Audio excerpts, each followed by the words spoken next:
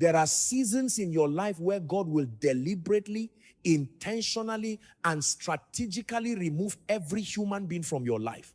Every friend, every helper, every connection, every person you thought would be there forever. And when it happens, it will feel like punishment. It will feel like abandonment. It will feel like God has forgotten you. But I need you to hear me tonight. When God removes every man from your life, it is not rejection. It is redirection. It is not abandonment. It is alignment. It is not punishment. It is preparation. You see, one of the greatest mistakes believers make is assuming that every person in their life is supposed to stay in their life. That is a lie. Not everyone who enters your life is meant to remain in your life. Some people are seasonal. Some people are transitional. Some people are assigned to a chapter, not the entire book.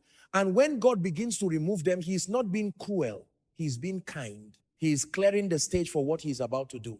Let me tell you something. God is a jealous God. Exodus 34:14 says, "For thou shalt worship no other God, for the Lord whose name is jealous is a jealous God."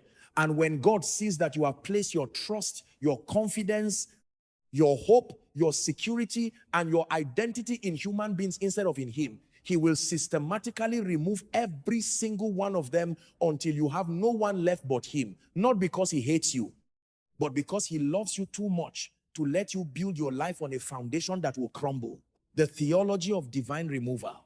Let me give you a theological framework for understanding why God removes people from your life.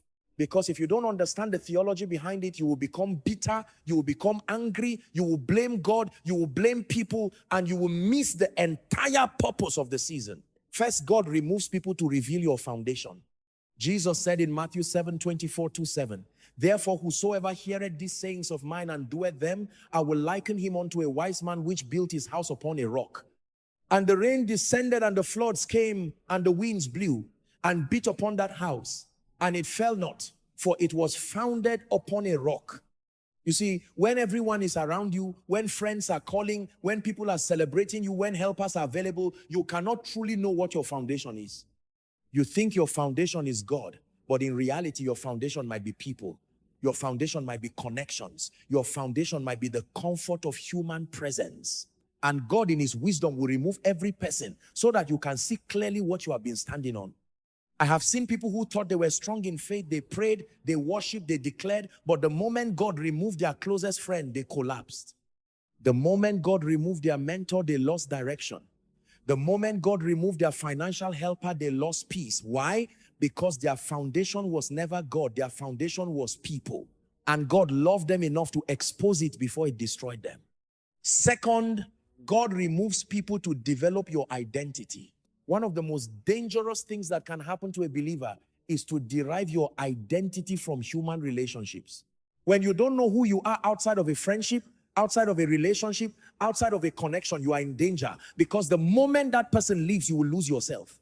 God told Abraham in Genesis 12:1, "Get thee out of thy country and from thy kindred and from thy father's house unto a land that I will shew thee." God told Abraham to leave everyone. His country, his family, his father's house, everything familiar, everyone comfortable. Why? Because Abraham could not become who God called him to be while surrounded by the people he had always known. You see, there are dimensions of your identity that can only be discovered in isolation. There are aspects of who you are that will never emerge as long as you are surrounded by people who define you by your past, by your limitations, by your history. God removes people so that you can discover who you really are. Not who they said you are, not who they made you feel like, not who you became to please them, but who God created you to be. Some of you have been so busy being who people need you to be that you have forgotten who God made you to be. And God is saying, I am removing them so you can find yourself again. I am removing them so you can hear my voice again. I am removing them so you can remember your assignment. Third, God removes people to protect your destiny. Not everyone in your life is for your destiny. Some people are against your destiny. And the most dangerous ones are not the ones who openly oppose you. The most dangerous ones are the ones who love you but are not assigned to your future. They are good people, kind people, well-meaning people, but they are not destiny helpers. They are destiny distractions. The Bible says in 2 Corinthians 6:14, be ye not unequally yoked together with unbelievers, for what fellowship hath righteousness with unrighteousness, and what communion hath light with darkness? Now, this is not just about marriage. This is about every relationship, every connection, every partnership. If someone is not aligned with where God is taking you, their presence in your life will slow you down, confuse your direction, and compromise your assignment.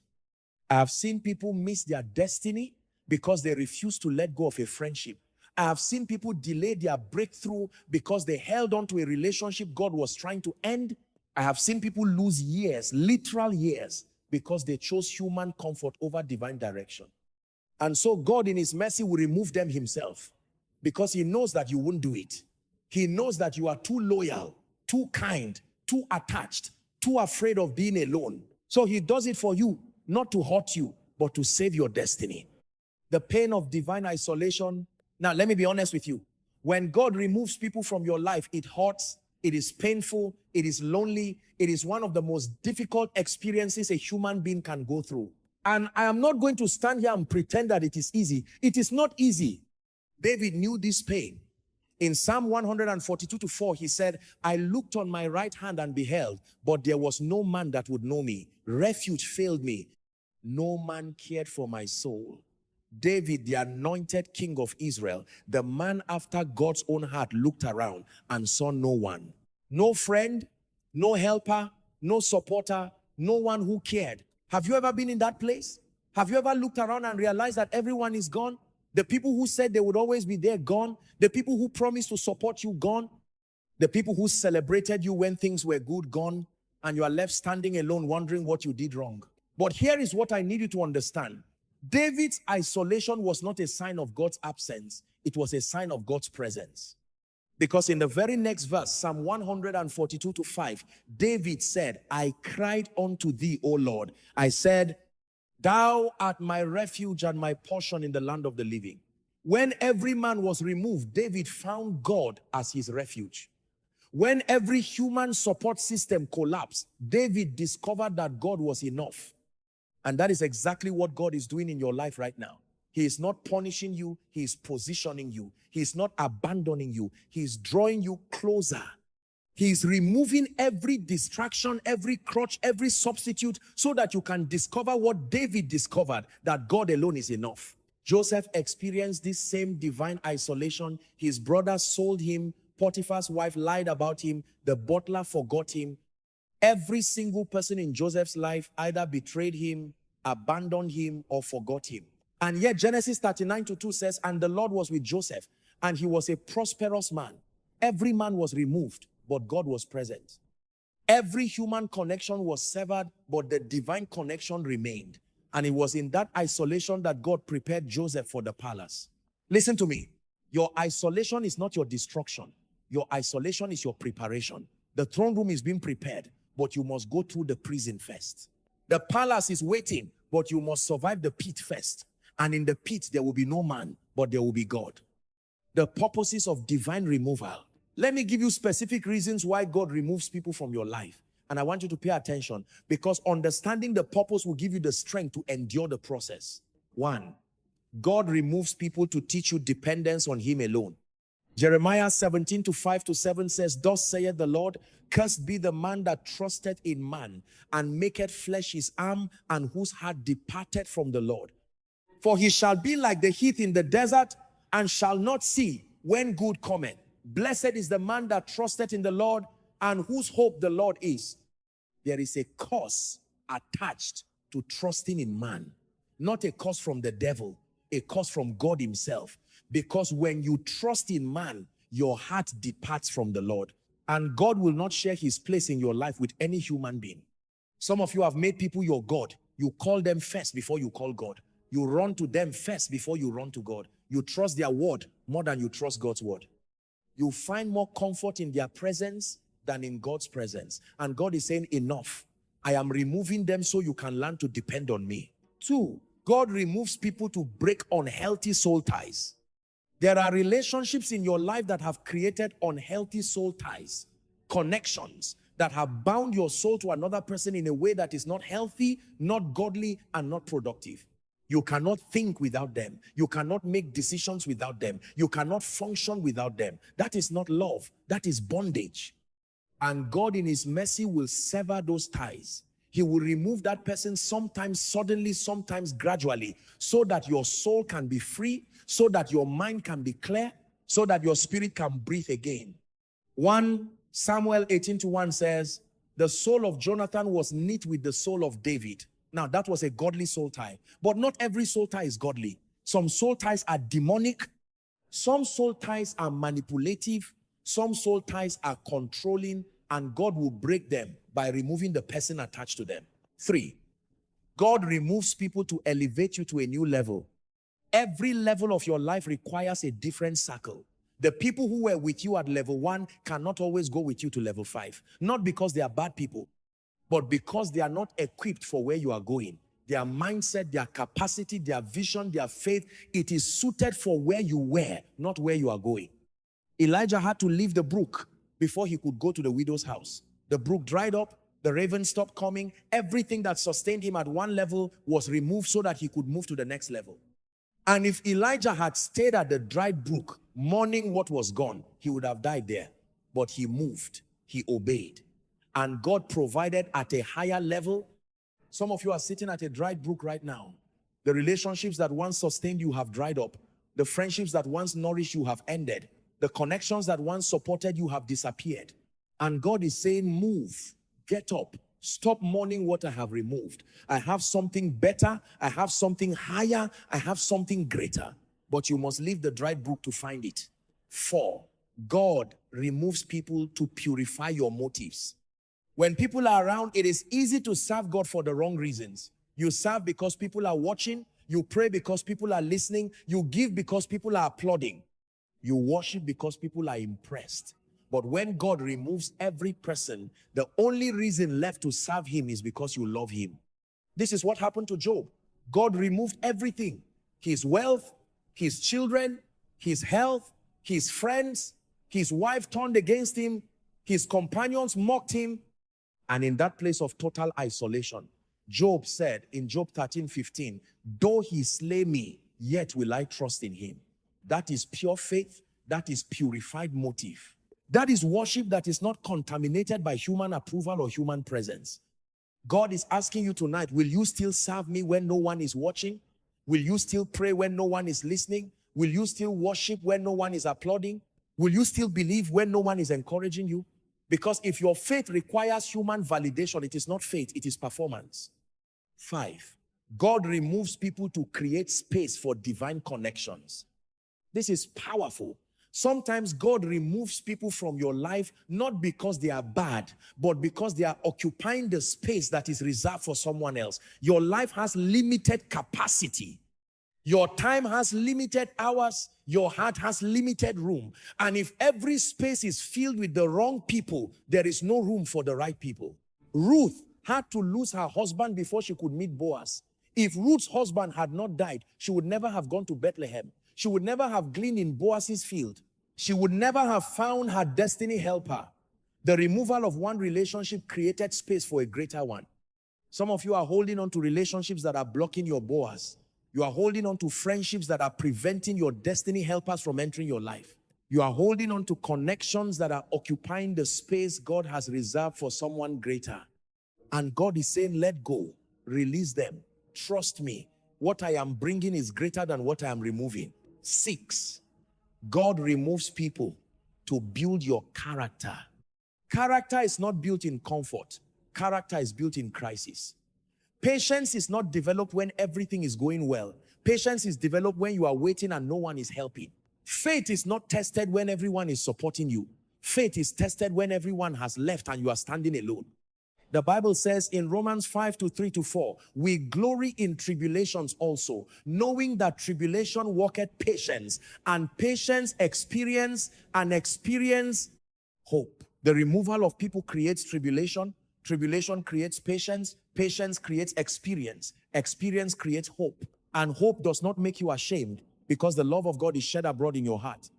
God is building something in you that can only be built in isolation. He is developing a strength that can only be forged in loneliness. He is creating a resilience that can only be formed in abandonment.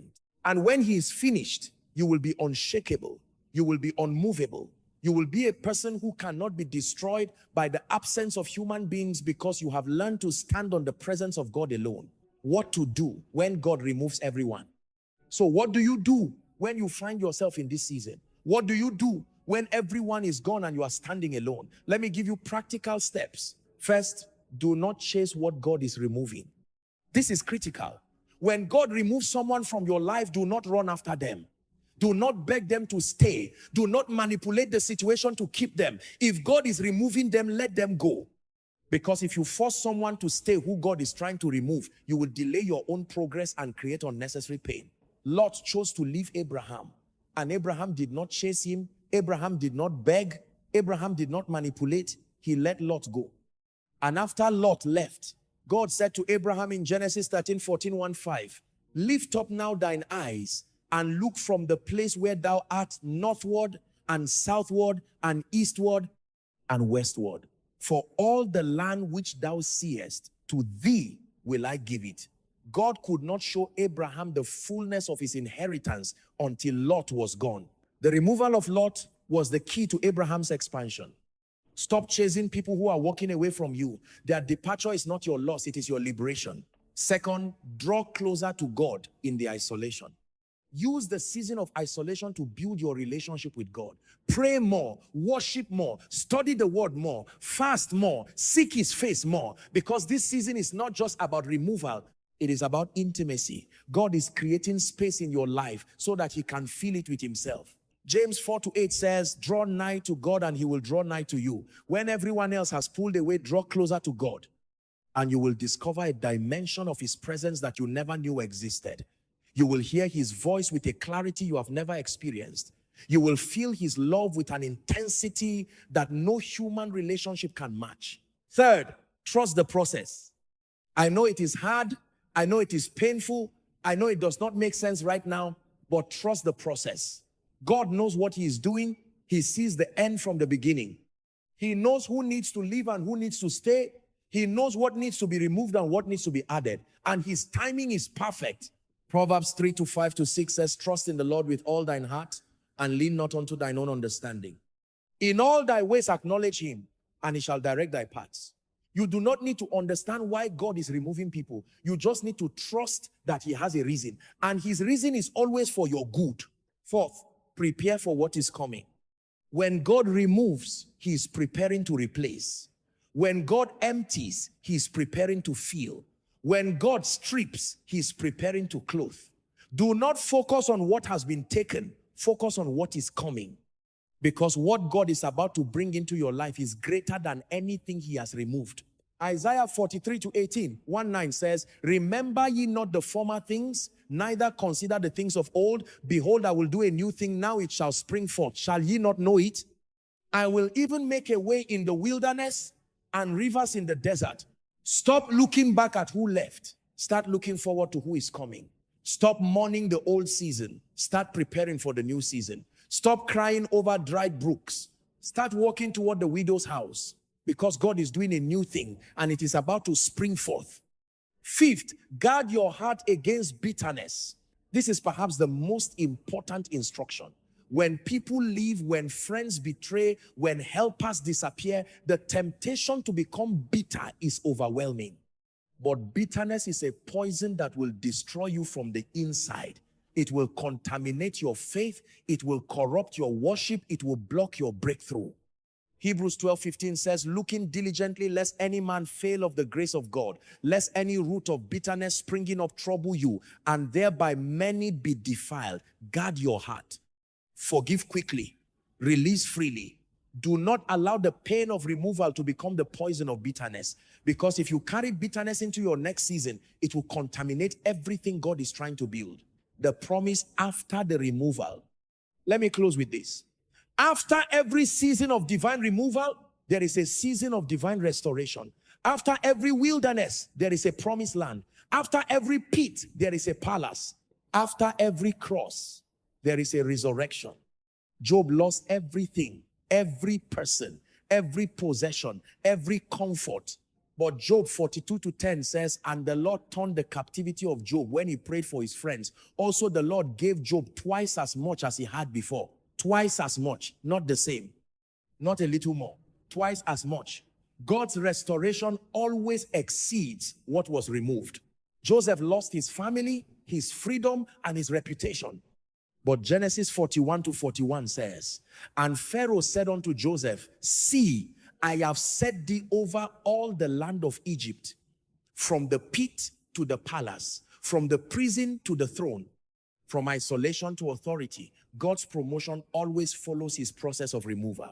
David lost his position, his home, and his companions. But 2 Samuel 5:4 says, David was 30 years old when he began to reign, and he reigned 40 years. The man who was rejected by Saul, abandoned by his men, and isolated in caves, became the king of an entire nation. God's elevation always follows his season of isolation. And the same God who restored Job, promoted Joseph, and elevated David is the same God who is working in your life right now. The removal is not the end of your story. It is the beginning of your greatest chapter. So tonight, if you are in a season where God has removed every man from your life, I want you to lift your hands and say, Lord, I trust you. I don't understand it. I don't like it. It hurts. It's painful. It's lonely. But I trust you. I trust your process. I trust your timing. I trust your plan. And I believe that what you are about to do in my life is greater than anything I have ever seen. Because when God removes every man from your life, it is not the end. It is the setup. It is not destruction. It is construction. It is not abandonment. It is alignment. And when God is finished, you will look back at this season and say, now I understand. Now I see. Now I know why he did it. And I am grateful. The removal is temporary. The restoration is permanent. The pain is for a season. The glory is forever. Hold on. Stay faithful. Keep trusting. Your breakthrough is closer than you think. And every man that God removes, he will replace with something better. Every friendship that ends, he will replace with a divine connection. Every helper that disappears, he will replace with a destiny partner. Every door that closes, he will replace with a gate of abundance. This is not your end. This is your beginning. This is not your burial. This is your planting. And what God is about to grow from this season of isolation will feed nations, bless generations, and bring glory to his name forever. I declare over your life tonight, the season of removal is ending. The season of restoration is beginning. The season of loneliness is closing. The season of divine connections is opening. The season of pain is finishing. The season of joy unspeakable is starting. Receive it by faith. Declare it with your mouth. Believe it in your heart. And watch God do what only God can do. In Jesus' mighty name, amen.